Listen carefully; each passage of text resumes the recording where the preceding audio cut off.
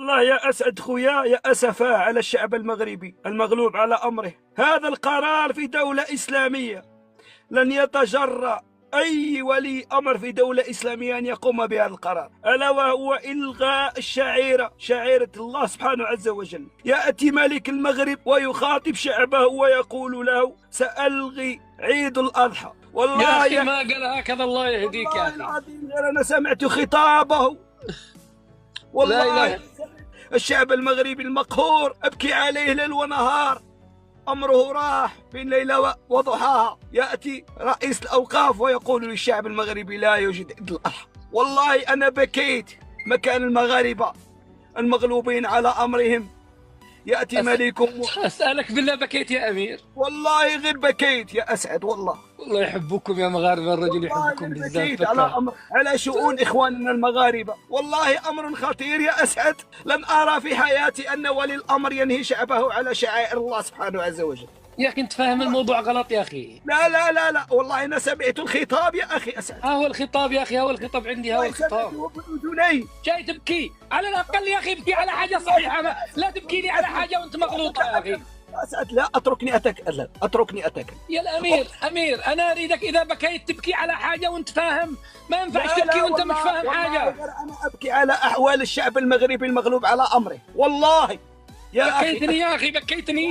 لا أنت يا أسعد لا تبكي. الذي لا بكيتني يا أخي. ليس لديه. يا أخي ركز ركز يا أخي، أنت والله أنا خايف دموعك هذه في مكان غلط، وأنا أريدك الدموع تكون في مكان صح. أنت تؤمن أن في الجزائر فقراء ولا ما عندك فقراء؟ نحن نؤمن أن الفقراء يوجدوا في كل مكان يا أسعد أخي. لماذا لا تبكي على فقراء الجزائر لا أولا؟ أبكي على أحوال المغرب الذي ألغى عيد الأضحى. يا أخي ابكي على فقراء الجزائر أولا. يا أخي المغاربة المقهورين. أليس من باب أولى أن تبكي على الفقير الجزائري قبل؟ لا أبكي على أخوتي المغاربة. السلام عليكم خوتي خواتاتي، صافا لاباس عليكم؟ نتمنى نهاركم يكون داز مزيان، ومرحبا بكم في فيديو جديد. كيف ما شفتوا معنا في التقديم ديال الفيديو، جزائري ولد ديال القرطه قال لك هزنا الهم وتيبكي ومسكين. طبعا المصيبه الكبيره والفضيحه الكبيره هي ان المصيبه هما اللي فيهم الجوع، هما اللي فيهم اللحم. وقيلا كتلقى الجزائري كياكلوا من العام للعام. داكشي علاش مساكن كهزين الهم، ما عارفينش ان المملكه المغربيه الحمد لله اي مواطن مغربي كياكل اللحم على دور العام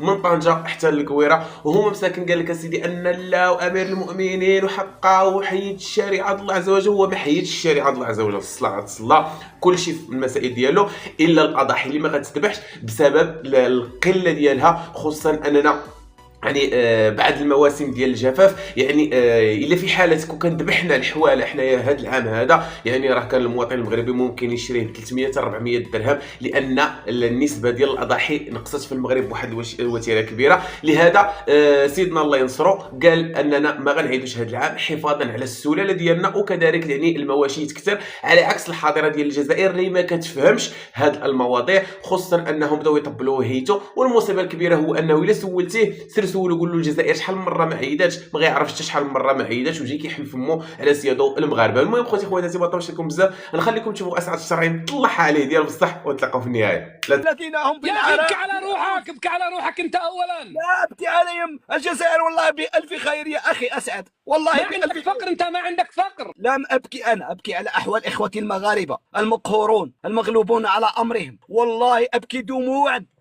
ليلا ونهارا. والله بالله يعني أسعد. يا أمير يا أخي، أنا موضوع البكاء هذا، موضوع البكاء والله ما قدرت أستوعبه. بكيت والله أقسم لك بالله غير قلبي يدمع، قلبي يدمع. قلبك ولا عيونك؟ والله قلبي يدمع، دمي دم الداخل على إخواننا المغاربة. هذا القناص يا جماعة، هذا صوت القناص صح؟ لا وين القناص أسعد، وين القناص؟ اقسم بالله يا أخي أسعد غير أنا أبكي دما على إخوتي المغاربة. افتح لنا الكاميرا يا أخي، افتح لنا نشوف الدموع. الجديد كانت عندنا في تافيلات وحده اسمها عيشه دميعه. من؟ عيشه اسم حرمه، عيشه دميعه. هذه عيشه دميعه يا الاخ سعد اللي عنده شي مصيبه بتيجي تبكي معاه. واحد اليوم سالوها مسكوها شيوخ المنطقه في تافيلات، قالوا لها بالله عليك اي منطقه فيها البكاء لقاوك انت باكيه معاهم، انت اش قصتك؟ قالت لهم انا ما نبكي مع اهل الميت ولا الفلان اللي عنده كذا ولا كذا، انا نبكي على ايامي وعلى زماني المحروق. منو عيشة؟ عيشة من؟ أي اسمها؟ عيشه دميعه زي امير. هذا امير دموع. هذا ما قادر قصه في بلده على اهله وحبابه وعلى لحظة خلنا نفهم قصة عيشة دميعة. يعني هي تبكي مع من هب ودب. يا اخي لو انت تبكي جالس في تروتوار جالس في كونتوار تبكي معك. أيوة أنا أريد ايش اسمها؟ عيشة دميعة. عيشه دميعه. انا هذا امير فكرني امير الدموع فكرني بها. انا احنا صغار كنا نعيشوا هذا الموقف هذا. قالت لهم انا ما قدرت نخرج اللي في قلبي على اولادي وعلى اهلي وعلى ابويا وعلى كذا. انا بنفجر قلبي مع الناس اللي ميتين وكذا ما نبكي عليهم. مع من يبكون تروح تخرج ما بداخلها هي. خارج ما بداخلها. عندها فرصه. والله انك خطير. منين جبت هذه؟ ما جبتها والله. أن نحلف لك رمضان هذا والعواشر أن هذه معروفة في تافيلات. أنت تسأل أي فلان يقول له عيشة دميعة. ما زالت على قيد الحياة عيشة. هذه عيشة توفت وحطوا لها كابل فوق قبرها أن عيشة دميعة معروفة يعني. الله يرحمها الله يرحمها. كم بكت مسكينة، بكت كثيرا. بكت كثيرا طويل عريض. تبكي مع الميت، تبكي مع المضروب، تبكي مع حتى اللي مات له حمار تبكي معه.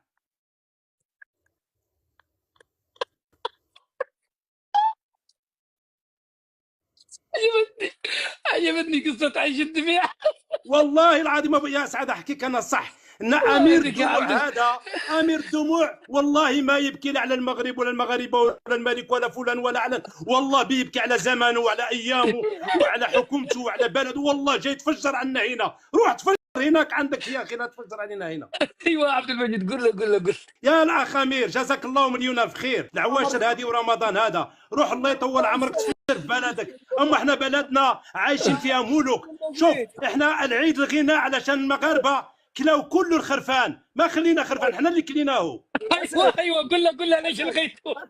احنا علاش لغينا العيد؟ احنا اللي كلينا الخرفان. فضينا مع الخرفان خلاص. امير الدموع. لحظه يا امير الدموع الله يرحم لك الوالده دقيقه. والله الامر خطير. والله الشعب المغربي والله خطر عليك يا امير. والله انك مش صاحي. والله انك في خطر. والله انك تلعب في دائره الموت. والله انك في الخطر. والله انك يعني في مكان اللي هو خطير وخطوط حمراء عليك يا امير. قسم بالله العظيم يا امير دموع.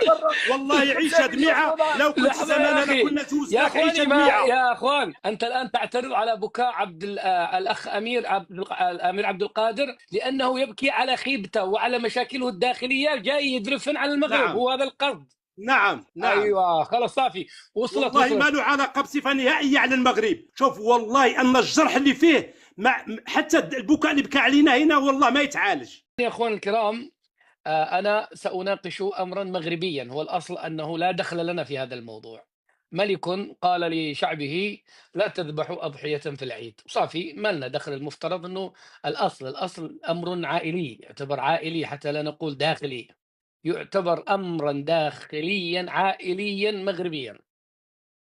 وكان الامر سيمر والله سيمر طبيعي جدا. ملك المغرب قال لشعبه العزيز هكذا خاطبهم، وخاطبهم حتى بكل احترام وبكل ادب بانه نهيب بكم انه ما تذبحوش اضاحي.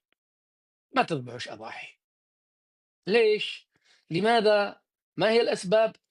مو شغلنا احنا. ما دخل لنا.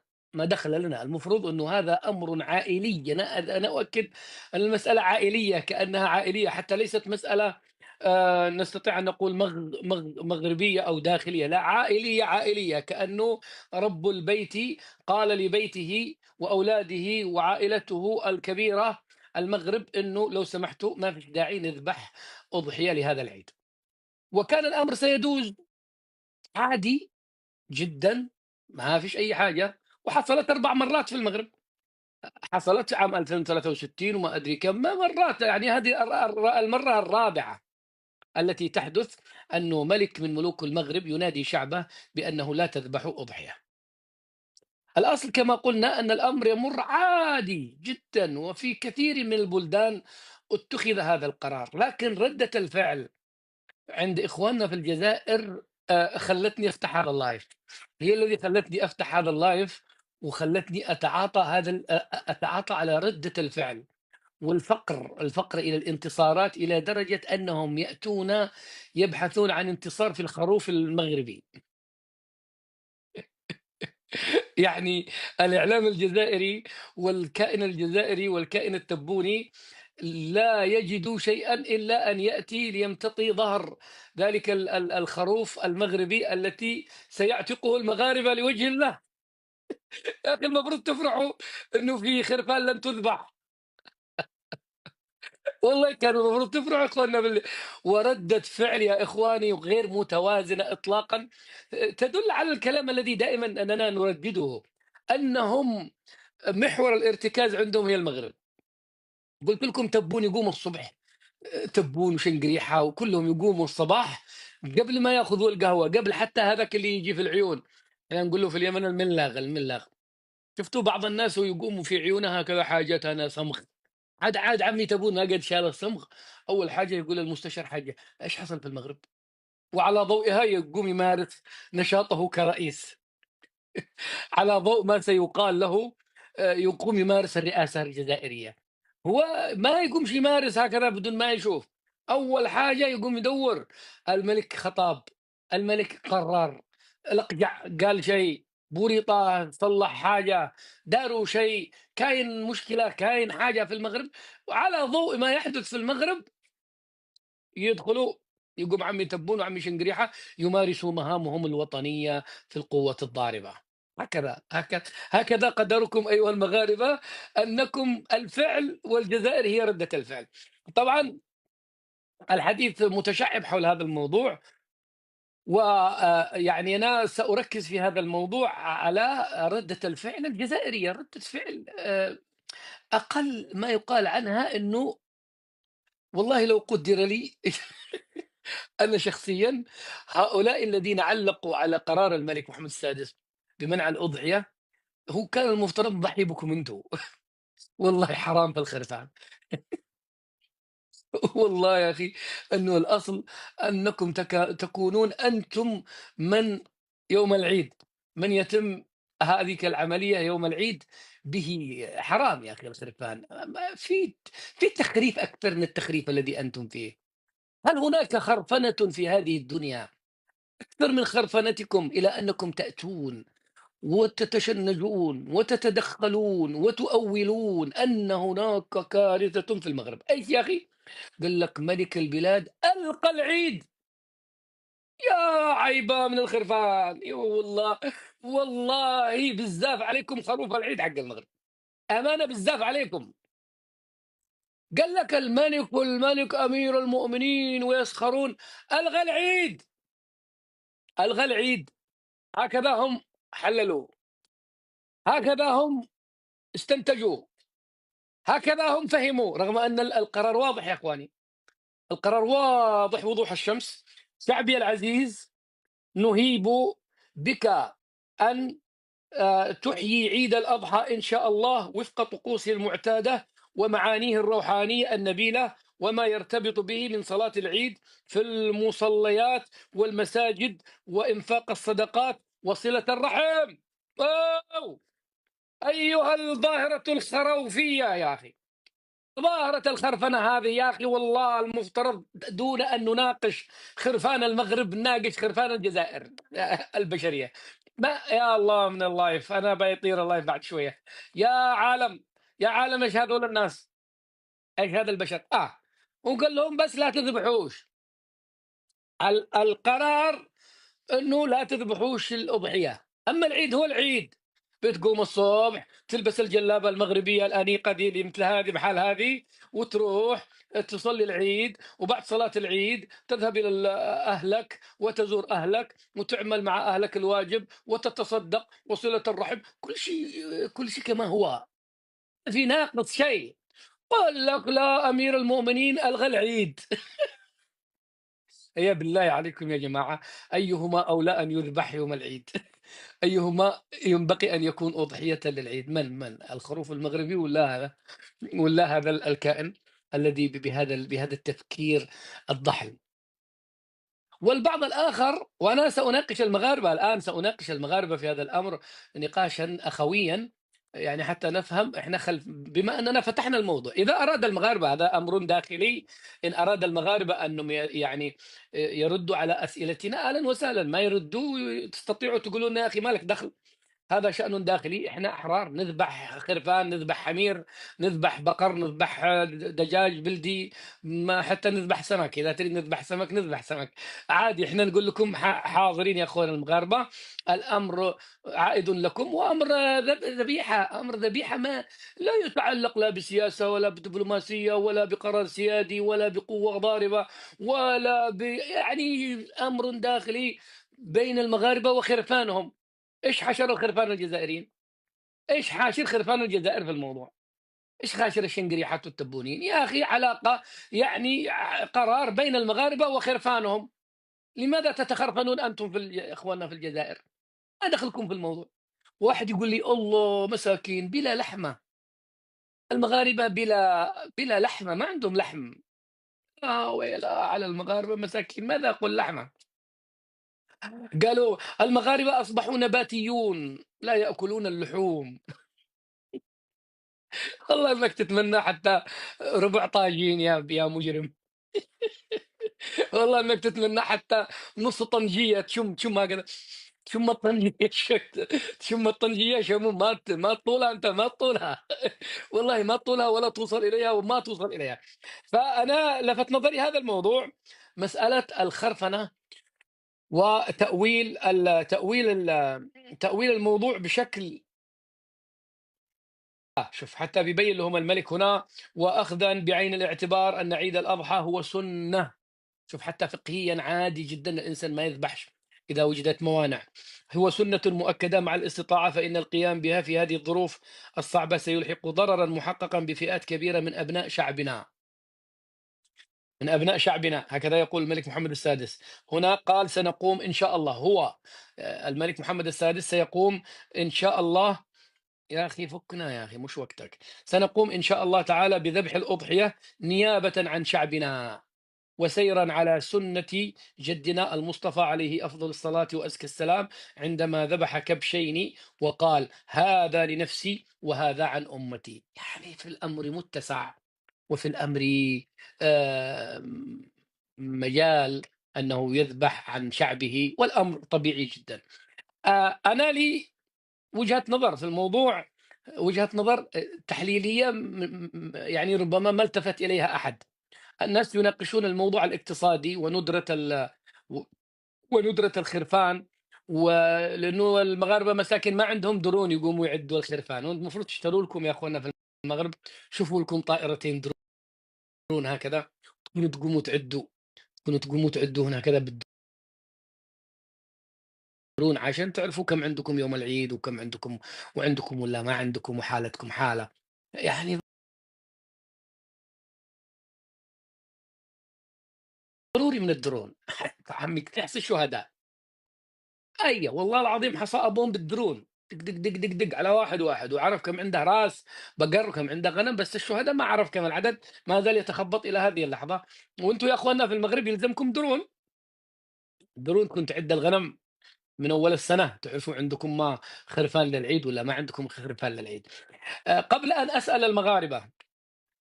اسال المغاربه عندي اسئله اريد ان يفسرها لنا اخواننا في المغرب، اخواننا المغاربه الذين سيصعدون معنا ويطلعوا، وايضا الاخوان الجزائريين ايضا من حقهم انهم يطلعوا يقولوا لنا اليوم. اتمنى ان نبتعدوا عن ظاهره الخرفنه بس، ويطلعوا عادي. آه، اولا دعونا نسطر على امر مهم جدا، اولا امر مهم جدا وراء هذا القرار. هذا القرار يفسر امر انا الى الان ما حدا التفت اليه. العبد الفقير الى الله ربما اسعد الشرعي هو اول واحد سيتطرق الى هذه النقطه المهمة، أنه هذا القرار ربما في ظاهره حرمان من الخرفان من اللحمة يوم العيد، لكن فيه جانب إيجابي من ناحية معنوية، حتى لا علاقة للموضوع أنه القرار حكيم أو ليس حكيم، لا أنا أقصد أنه نحن أمام حقيقة واقعة لا مجال للنقاش، أن هذا الشعب المغربي أنا لا أريد أن أبالغ وأقول أكثر شعب في العالم يقدّس هذه الشعيرة. آمم، لا أنا ربما أقولها، والله لا أقولها، وربما سأكون صادقًا وأجزم بها، لكن لا يوجد لدي أرقام عن بعض الدول الأخرى.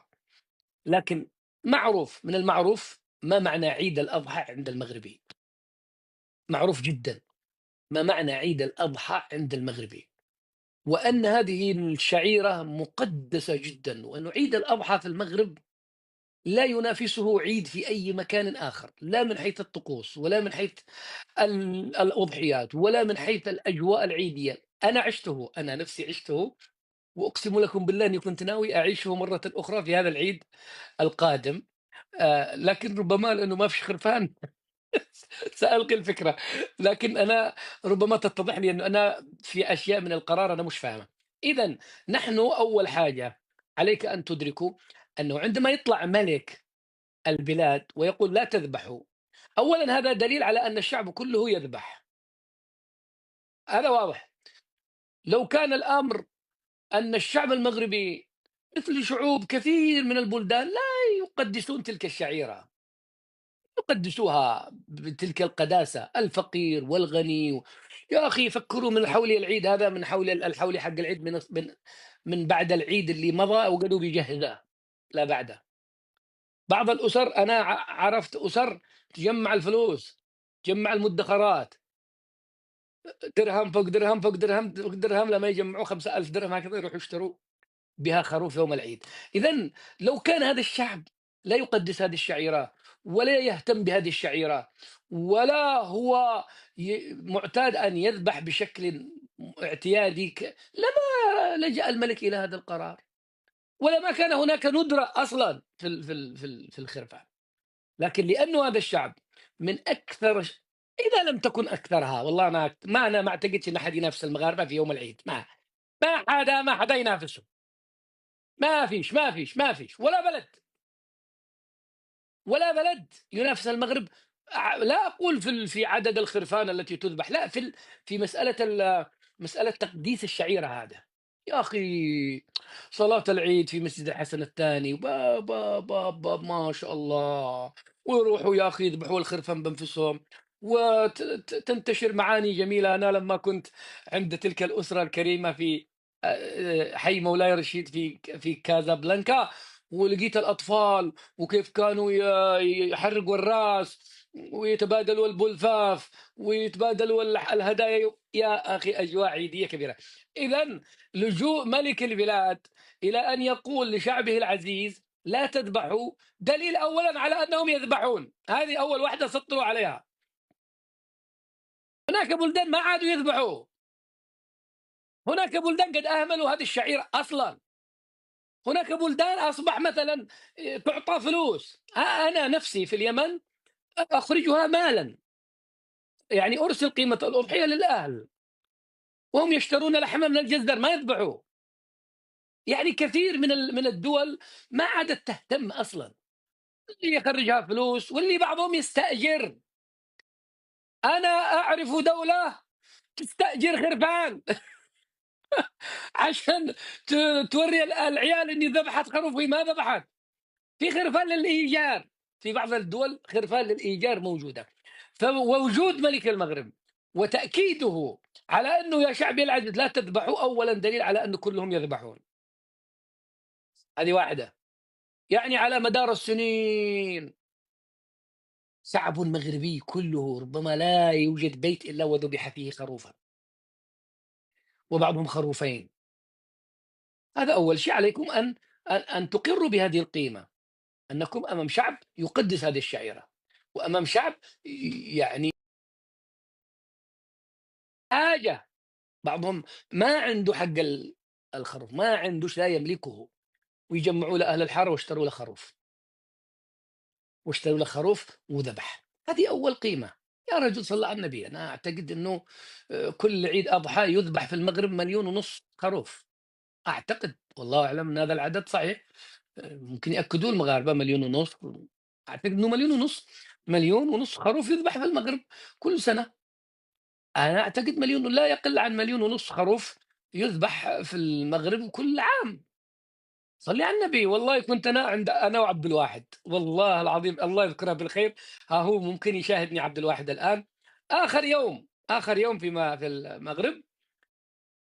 أنا أحب المشاوي، وفي عندنا في المحاميد في مراكش واحد يعمل مشاوي مزيان ما شاء الله عليه، والله رغم إنه كذا دكان شعبي لكن يعجبني المشاوي دياله. وكل يوم هو معلق هذا الخرفان والبقر والعجول وكذا. قلت لعبد الواحد، قلت يا أخي أنتم ما البقر عندكم والغنم ما تخلص. قال يا أخي والله لا ندري، سبحان الله، ما من أين الله واضع هذه البركة. كم تذبح في اليوم؟ ليس فقط يا أخي، أكبر شعب يستخدم اللحوم الشعب المغربي، ما أكلهم إلا طاجين وطنجية، طاجين وطنجية من الصبح للمساء، وهم طاجين وطنجية. يعني بغض النظر عن يوم العيد، كل يوم تذبح خرفان في المغرب. يمكن كل يوم 1,500,000 خروف يذبحوا في المغرب كل يوم، مش لا ما ينتظروا شيء، أكلهم كله لحمة. ويجي لك واحد الآن جزائري يقول أوه منعوهم يوم العيد مساكين ما عنده. يا أخي هو بياكل اللحمة طول السنة، أنت تاكل لحم حمار أنت. أنا شفت يا أخي ما شفت طاجين مثل طاجين المغرب. يا أخي أكبر أكلة عندهم هي اللحمة طاجين، إلا عتاريس. لو تشوف طعم العتروس يا عتروس يا ابن العتروس، لو تشوف طعم العتروس اللي أنا أكلته في أكادير، وعلى طعم يا جماعة. عتروس أمانة يا أخي إنها مثل الزبدة. الله على طاجين العتروس، الله يذكرك بالخير يا المرابط، الله يذكر بالخير عائلة المرابط. يا أخي اعملوا لي طاجين عتروس. أمانة يا جماعة إننا الآن اللعاب ينزل، أذكره هو اللعاب ينزل. يا أخي كم عتاريس، 1,500,000 عتروس في اليوم، 1,500,000 خروف، 1,500,000 عجل تذبح في المغرب يوميا. جات أنت على عيد الأضحى، على عيد الأضحى وجيت قلت الله أصبحوا نباتيون. الله العظيم. الجزائري في تويتر يقول هكذا: الملك يحول الشعب المغربي إلى شعب نباتي. ويلا ويلا ويلا ويلا. والله الملك هذا خرفنهم يا جماعة، خرفنهم بقرار عادي، بدل أن يتخرفن المغاربة ويزعلوا. لا يعني القرار في الديوان الملكي المغربي، وردة الفعل عند الجزائريين. أما المغاربة قالوا سمعا وطاعة، قالوا سمعا وطاعة، ما قالوا والو. بالعكس هذا يعكس لك، وهذه واحدة من قيمة القرار، أن الملك يشعر بمعاناة الناس، يشعر بمعاناة الناس. ثانيا شفت كيف الاستجابة. شفت يا تبوني، اقسم لك بالله لو يطلع تبوني يقول لكم يا شعبي العزيز، يا شعبي الخريط، يا شعبي المريض، ويقول لكم كلمة لك، طلع قال كلمة أنا أجزم قطعا أنه ما من مغربي إلا ويقول سمعا وطاعة، وسينفذ أوامر ملك البلاد في كل بيت مغربي. يعني شوفوا سبحان الله، والله أحيانا يعني بيكون القرار ربما ملكي شيء من هذا القبيل، لكن خلفه معاني المضيئة في هذا القرار. سيقولون كلهم سمعا وطاعة. الملك يعني يراعي حالة الناس، وأنه سيسبب لهم أعباء في ظل يعني مشاكل اقتصادية أصلا، وأيضا الندرة. ثالثا الجفاف، عندهم جفاف. فالقرار طبيعي جدا، ما في والو وما في أي شيء، بل بالعكس يعكس على أن المغاربة يذبحون كل عام، وبالتالي مصيبة، يعني مصيبة أنه يا أخي والله المفترض أنه فصيلة الخرفان تنقرض، مثل ما انقرضت الحمير في الجزائر، مثل ما انقرضت الحمير في الجزائر، المفترض تنقرض الخرفان في المغرب. هكذا أنا أقول يا أخي. لكن الله سبحانه وتعالى واضع بركة عجيبة في البلد هذه. كم تذبح يوميا يا أخي، مش يوم العيد، مش يوميا. يمكن إحنا بنتكلم الآن وهناك خرفان قاعدين يدقدقوا أمها. يا أخي المفترض لولا بركة أرحم الراحمين في هذا الشعب، الأعداد هائلة. أعداد الخرفان التي تذبح في المغرب يوميا، مش يوم العيد، يوميا تفوق 10 أضعاف الحمير التي تذبح في الجزائر. والمفترض عمليا بالحسبة لو أن المفترض أنه تكون قد انقرضت فصيلة الخرفان والعتاريس. لا، لا العتاريس لا، الله يخلي العتاريس وطعم عجيب. الله يحفظ فصيلة العتاريس ما ت ما تنقرض، لأنه طلع طاجين العتروس يا أخي لا، لا مو طبيعي، مو طبيعي، مو طبيعي يا أخي. والله لو تكون شابع، لو تكون بطنك مليئة إلى هنا، ييجي لك طعم، لأنك تهبر هذاك العتروس ما تخلي فيه والو. خلاص الموضوع يا أخي عادي جدًا. مالك يا أخي الجزائري تشنشت، مالك تخرفنت. أمر يخص المغاربة مع خرفانهم. لماذا تحشر أنفك بين الخرفان المغاربة؟ لماذا تحشر أنفك بين الخرفان المغاربة؟ ليش؟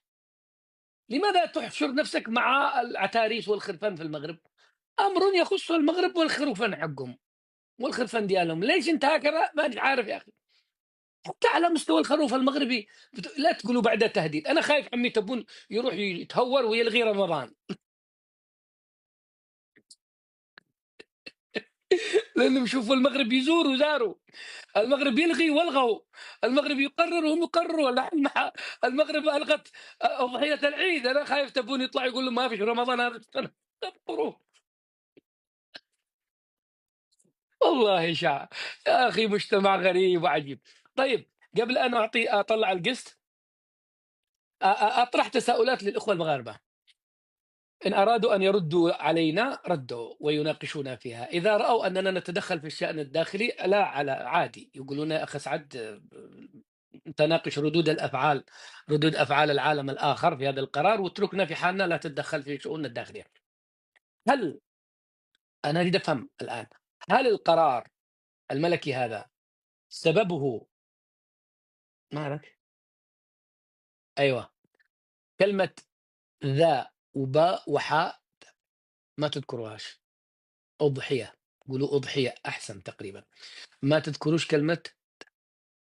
اكتبها يا مشرف أو اكتبها بحروف مقطعة، الذي بتطلعوا تتداخلوا معنا. ما تذكروش كلمة ذبح. الله يرحم لكم الوالدين عشان الخوارزميات. وانتو إذا ما كبستوش، إذا ما عدستوش، أنا سأعتبر أن ظاهرة الخرفنة قد وصلت إلى التيك توك. لأنه الحساب أصلا يترنح والحساب عليه قيود، وإذا لم تكسروا أنتم هذه القيود ما في فائدة. يعني تساؤلاتي الإخوة المغاربة حتى أفهم. أنا حقيقة أنا نفسي لا أفهم بعض الأمور. هل القرار بسبب الحالة الاقتصادية للمواطن المغربي؟ يعني لأنه هكذا قال في القرار أنه مراعاة لحالة الناس وإنهاك الناس اقتصاديا لا تذبحوا.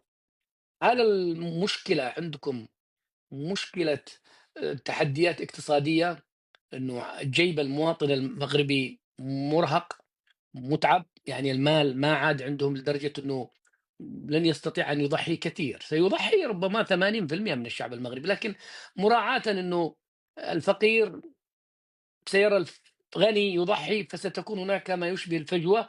وهذه من ميزات المجتمع المغربي، أنه لا يوجد فجوات اقتصادية بين المجتمع. ما تقدر تميز الغني من الفقير، كلهم بيمشوا في الأرض ويأكلون الطعام. أم أن القرار جاء بسبب الجفاف وندرة الخرفان؟ أم كلاهما؟ وهل القرار ملزم؟ يعني المخالف يعاقب مثلا؟ يعني مثلا الآن أنا أريد هل من سيذبح، نفترض أنه واحد مغربي راح ذبح يوم العيد، هل يعاقب أم أنه فقط إهابة؟ المرء قال نهيب بالشعب المغربي. هل القرار ملزم ويعاقب من يخالفه، أم أنه فقط إبراء للذمة من الملك أنه أنا سأضحي عن شعبي العزيز ولا داعي أن تضحوا أنتم؟ سيدي عبد الواحد، سيدي أسعد، السلام عليكم. كي داير أخويا؟ رمضان مبارك سعيد على الجميع إن شاء الله. كي داير بخير؟ على الأمة العربية والإسلامية إن شاء الله بالسلامة والهنا والسعادة إن شاء الله، يا رب يتقبل منا ومنكم جميعا. عواشر مبروكة. الله يبارك. كيف حالك؟ ايش اخبار العيال؟ الحمد لله كلهم مزيانين. أنت بخير ولا مراكش بخير؟ والله بخير يا اخي الحمد لله. يا أخي ما في خروف هذا السنة يا أخي، كيف الحل؟ لا احنا شوف، احنا يعني مع ملكنا اي شيء. الحمد لله. هذه نقطه احنا ما نناقشوهاش. ايش المشكل كنت اقول لك؟ ديال تذكر ماذا قلت لك واحنا قاعدين نخلص؟ هذاك صاحب المشاوي قلت لك يا اخي انتم ما تخلص عندكم الخرفان. قلت انت يا اخي سبحان الله بركه، صح؟ والله تذكر؟ هذه بركه من الله علينا وحق الله. هذه بركه من الله علينا وعلى هذه البلاد هذه. يعني شحال ديال الخرفان في اليوم وغير الخرفان وفي بركه الحمد لله. فهمتي؟ هذا في بركه. هل ستلتزم انت ام انك ستذبح في المزرعه ودون ان يدري احد؟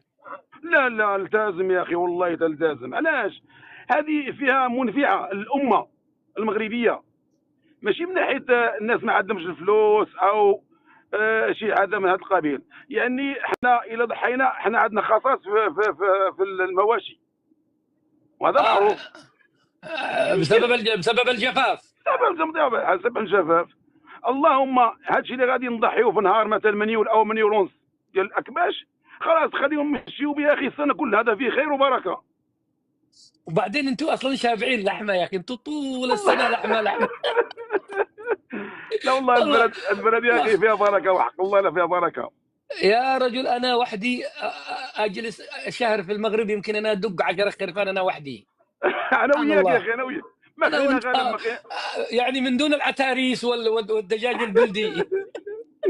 لا لا والله في بركه. غير هو هذه والله هذه مبادره من سيدنا الله ينصره طيبه والله العظيم. انا بعدا انا مستطيع نشري الكبش، وانما ماشي قضيه الماده. يعني انا على حسب الفهم ديالي احسن يعني ما نضحيوش هذه السنه، وهذا الشيء اللي ما غنضحيوش غنستافدوا به السنه كلها. واش اللي غنستافدوا به؟ صح. والحمد لله ديننا راه ماشي الحمد لله. يعني كاين عذر يعني كيف الانسان غادي يدير.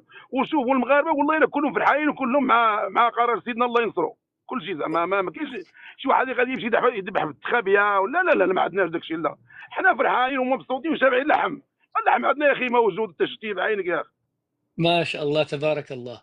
يا اخي والله كم يا كلتي اخي من الخروف انت؟ لا جيت نتحاسب انا وياك يعني نلقاك كلتي تقريبا واحد العدد ديال الخرفان وديال هذا اللي حنا نقولوا العجوله. يا اخي حتى الجمال اكلنا جمال.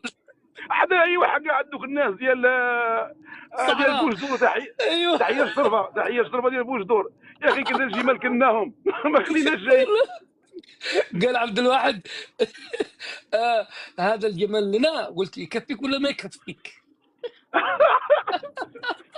لا والله يا اخي. الله ينورك وعاشر مبروك. تحياتي للعائله. يلا تحياتي. يلا نزلني الله يرضيك. نزلني الله يرحمك. ينزلك ابا هشام. قول له ابا هشام ينزلك. ابا هشام والله ينصرك ابا هشام وعواش مبروك عليكم جميعا. قول له لا يذبح هشام. ممكن يذبح خوفيا هشام.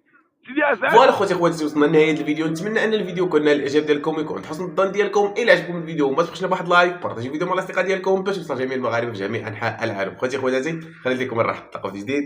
تهلاو.